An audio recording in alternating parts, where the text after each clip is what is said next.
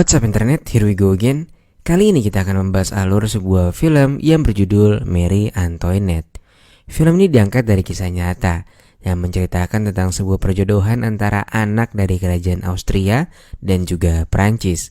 Dalam sejarah mengatakan bahwa Marie Antoinette dan suaminya merupakan raja dan ratu termuda. Dan yang namanya perjodohan pastilah memiliki beberapa kesulitan dalam menyatukan hubungan mereka. Sampai Marie akhirnya bertemu dengan seorang prajurit tampan dan dia merasa tertarik dan lalu lantas menjalin sebuah hubungan. Bagaimanakah cerita selengkapnya? Langsung saja kita masuk ke dalam alur ceritanya.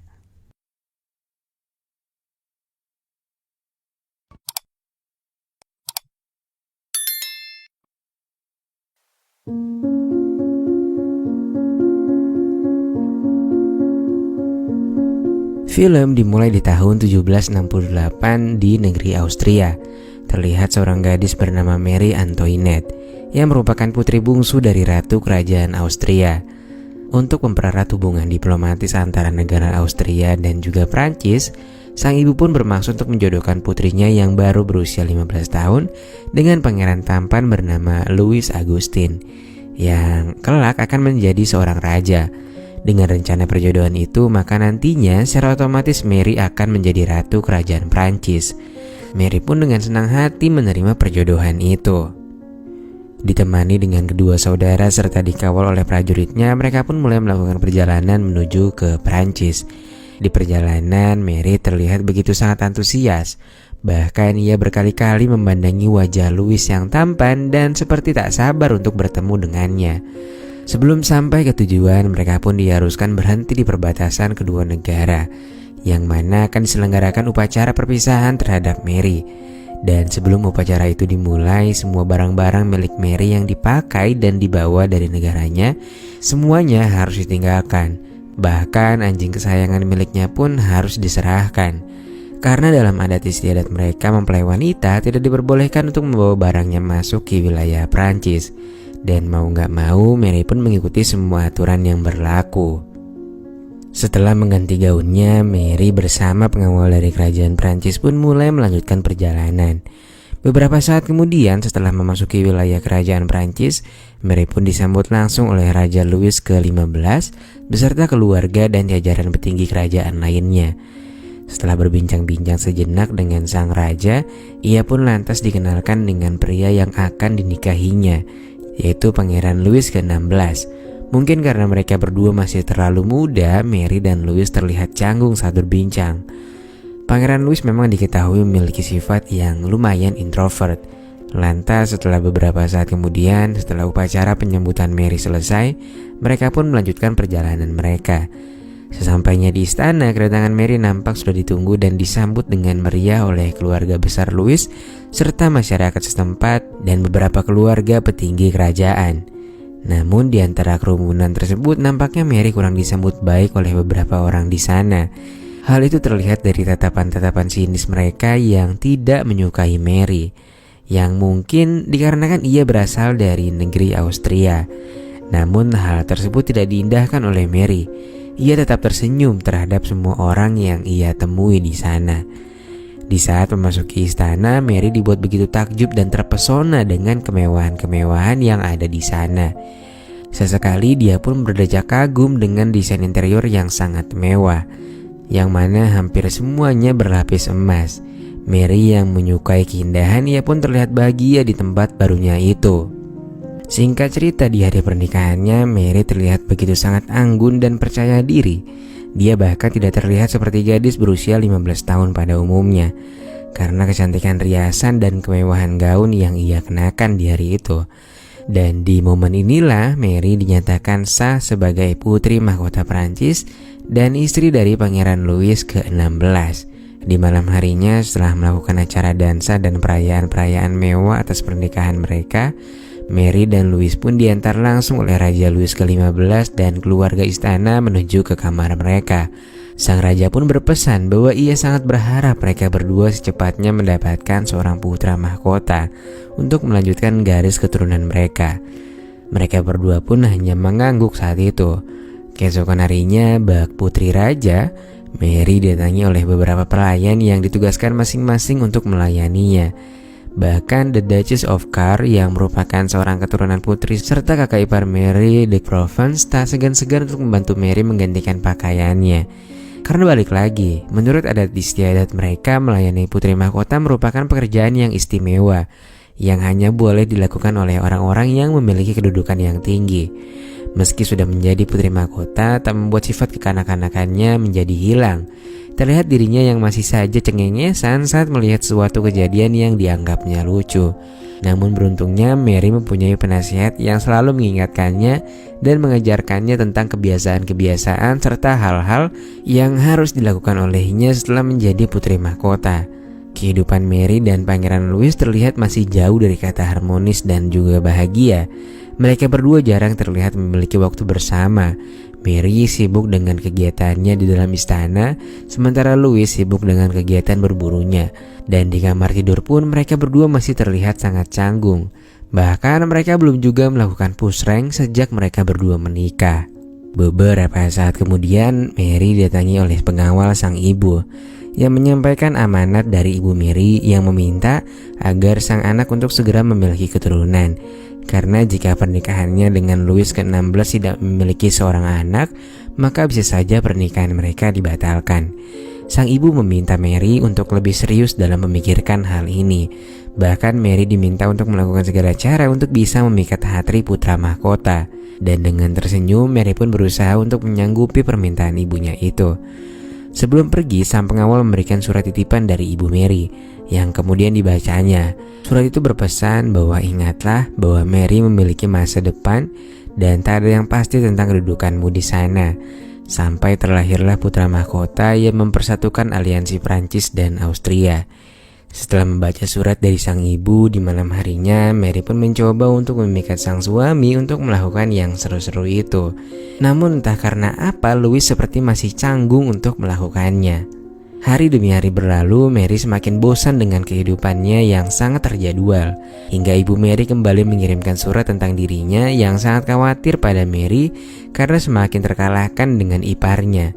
Ibunya takut jika kakak ipar Mary mengandung duluan. Ibunya juga mengatakan ia mendengar sikap Mary yang sering tidak sopan terhadap Rubery, selir dari Raja Louis ke-15.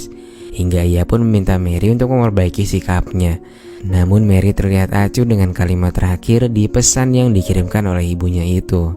Beberapa bulan kemudian Mary kembali didatangi oleh pengawal ibunya yang meminta Mary untuk sedikit berbincang dan mendekatkan diri dengan Rubery. Namun Mary kembali menolak karena menurutnya Rubery hanyalah wanita biasa yang diangkat oleh sang raja. Dirinya merasa tak pantas untuk berteman dengan Rubery. Mendengar hal itu, sang pengawal pun menegur Mary atas perilakunya. Ia berkata bahwa sang raja sangat begitu menyayangi Rubery. Jika ia masih bersikeras tidak mau bertegur sapa dengannya, maka bisa saja sang raja nantinya tidak memperhatikannya lagi. Dan setelah mendengar nasihat dari pengawal suruhan ibunya Mary, Mary pun mencoba untuk menyapa Rubery, meski ia melakukannya dengan berat hati.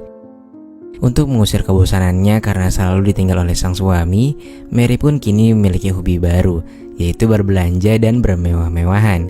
Suatu hari saat dirinya sedang asyik memilih baju, ia didatangi oleh pengawalnya yang mengatakan bahwa saat ini hubungan antara Austria dengan Prancis sedang merenggang. Ia sangat berharap Mary mau ikut andil dalam menengahi hubungan tersebut. Dan ya, Mary tetaplah Mary. Mary tetap tidak mau memperdulikannya. Singkat cerita, Mary kembali mendapatkan surat dari sang ibu. Sang ibu mengingatkan kalau posisi Mary di sana sangatlah tidak pasti. Sampai lahirlah seorang penerus tahta.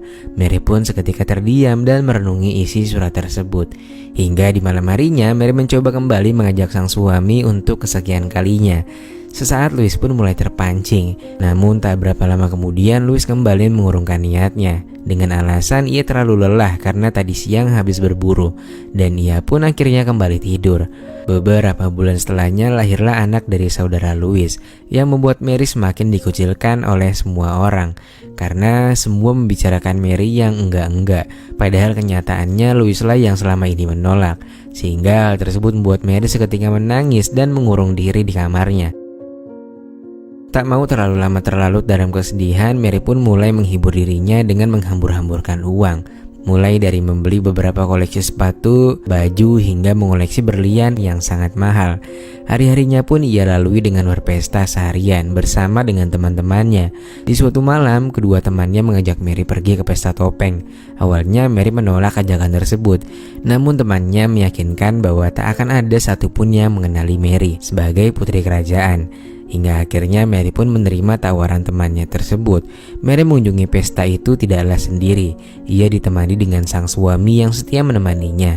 Namun lagi-lagi di pesta itu mereka tetap tidak menghabiskan waktu bersama. Malahan Mary lebih banyak menghabiskan waktu bersama dengan teman-temannya. Dan di sana Mary tanpa sengaja bertemu dan berkenalan dengan seorang pria yang merupakan prajurit dari Swedia yang bernama Conversion, yang akhirnya membuat Mary menjadi kepikiran dengan pria misterius yang cukup tampan itu. Setelah selesai dengan pesta itu dan tiba di rumahnya, mereka dikejutkan dengan kabar buruk bahwa saat ini sang ayah sedang terbaring lemas di kasur karena dirinya terserang penyakit kulit yang sangat parah. Penyakitnya begitu mengerikan sehingga membuat Rubery, sang selir yang selama ini dekat dengannya, pun pergi meninggalkan sang raja. Beberapa hari kemudian Raja Louis ke-15 pun dinyatakan meninggal dunia, dan secara otomatis Pangeran Louis pun diangkat menjadi seorang raja, sementara Mary menjadi seorang ratu. Mereka berdua pun tercatat sebagai raja dan ratu termuda di masanya. Pasca menjadi seorang ratu, Mary semakin gemar berpesta dan menghambur-hamburkan uang kas negara. Terlebih sang suami yang tak pernah memikirkan masalah keuangan pun tidak pernah protes dengan keborosan sang istri. Bahkan untuk merayakan ulang tahun sang istri, Louis membuatkan perayaan yang sangat mewah yang menghabiskan banyak biaya. Di sisi lainnya, sang raja yang sedang berbincang-bincang dengan penasehatnya nampaknya sedang membicarakan hal yang cukup serius, di mana saat itu mereka sedang membahas revolusi yang saat ini sedang terjadi di Amerika. Para penasihat kerajaan mengharapkan mereka membantu keuangan Amerika yang saat ini sedang kesulitan. Namun Louis menganggap bahwa hal ini tidak begitu penting karena keuangan mereka saat ini juga sedang kesulitan. Namun karena keterbatasan ilmu Raja Louis ditambah bujukan dari para penasihatnya, sang raja pun akhirnya memutuskan untuk membantu masalah keuangan Amerika. Suatu hari saudara Mary yang tertua datang mengunjungi kediaman Mary. Sang kakak menasihati Mary agar Mary lebih banyak menghabiskan waktunya bersama sang raja agar mereka segera memiliki keturunan. Dan tidak hanya itu saja, sang kakak juga menasihati Louis agar segera melanjutkan garis keturunan mereka. Setelah mendapatkan nasihat dari kakak iparnya, pada akhirnya pikiran Louis pun mulai terbuka. Dan di malam harinya ia pun akhirnya melaksanakan hal baik itu untuk yang pertama kalinya, cuy. Akhirnya, ya kan. Singkat cerita, beberapa tahun kemudian Mary pun terlihat akan melakukan persalinan. Di sana sudah ada Louis yang menunggunya dengan harap-harap cemas, hingga pada akhirnya Mary pun melahirkan seorang bayi perempuan. Sebagai tanda terima kasihnya kepada sang istri karena telah memberikannya keturunan, Louis pun memberikan hadiah yang sangat mewah kepada Mary yang membuatnya begitu sangat bahagia. Apapun yang diminta Mary pasti akan dituruti oleh Louis. Sampai-sampai Mary dibuatkan kebun yang terlihat seperti pedesaan yang semata-mata untuk membahagiakan istri serta putrinya itu. Waktu pun berlalu dengan cepat. Suatu hari di suatu acara pesta, Mary kembali bertemu dengan Conversion. Dan di kesempatan kali ini mereka pun kembali mulai curi-curi pandang. Hingga pada akhirnya mereka pun mulai menjalin hubungan tanpa sepengetahuan Raja Louis. Namun hubungan mereka tak berlangsung lama. Apalagi setelah mendapatkan apem-empem milik Mary, Conversion pun pergi meninggalkan Mary tanpa memberikan alasan yang jelas. Dan mau tak mau ia pun mulai melupakan cinta yang sesungguhnya dan memulai kehidupannya bersama sang suami. Di sisi lain, sang raja pun kembali dibuat kebingungan dengan kondisi kerajaan mereka saat ini, di mana ia diharapkan terus membantu Amerika berperang untuk revolusi. Di sisi lainnya, ia dihadapkan dengan masalah hutang kerajaan yang semakin hari semakin menumpuk, ditambah rakyat yang saat ini sedang kelaparan. Namun lagi-lagi sang raja yang belum berpengalaman itu akhirnya salah dalam mengambil keputusan. Ia pun dengan nekat tetap membantu revolusi Amerika. Berita itu pun cepat menyebar ke seluruh rakyat Prancis sehingga menimbulkan gejolak protes dari segala penjuru negeri. Di saat mereka sedang mengadu kepada ratu dan mengatakan kondisi mereka sedang terpuruk karena tidak ada makanan, jawaban dari sang ratu sangatlah mengejutkan. Mary mengatakan kalau dirinya nggak peduli dengan kondisi rakyatnya. Dia bahkan lebih mementingkan urusan kebunnya dan kesenangan-kesenangannya dibandingkan memikirkan nasib rakyatnya. Beberapa saat kemudian sang ratu tiba-tiba mendapatkan kabar duka dari sang kakak bahwa ibu tercintanya telah meninggal dunia. Sehingga Mary pun terlihat sangat syok dan sedih karena tidak dapat menghadiri pemakaman sang ibu. Waktu berlalu hingga beberapa tahun kemudian, dan Mary pun akhirnya melahirkan anak laki-laki yang nantinya akan menjadi penerus tahta kerajaan. Tentu saja kabar ini membuat sang raja serta keluarga besar kerajaan terlihat sangat bahagia dan sukacita atas lahirnya putra mahkota tersebut. Mary pun mulai saat ini bertekad untuk menjadi ratu yang lebih baik lagi dan lebih bijak. Namun semua hal tersebut sudah terlambat karena rakyat yang marah atas keputusan sang raja dan ketidakpedulian ratu kepada rakyatnya, yang menimbulkan gejolak di masyarakat yang saat ini ingin menggulingkan kerajaan dan menuntut revolusi Perancis. Benteng-benteng terdepan kerajaan pun mulai hancur dan para rakyat pun mulai mendekati istana, sehingga para penasihat kerajaan pun menyarankan agar raja dan ratu untuk sementara mengungsi ke Swiss. Namun Louis dan Mary bersikukuh untuk tidak mau pergi. Ia berkata bahwa dirinya akan terus bertahan dan berusaha memperbaiki kesalahannya. Namun Raja Louis mengambil satu tindakan agar nggak terjadi keributan. Sang raja dan sang ratu pun akhirnya mengalah, dan mereka dipaksa keluar dari istana oleh rakyatnya sendiri.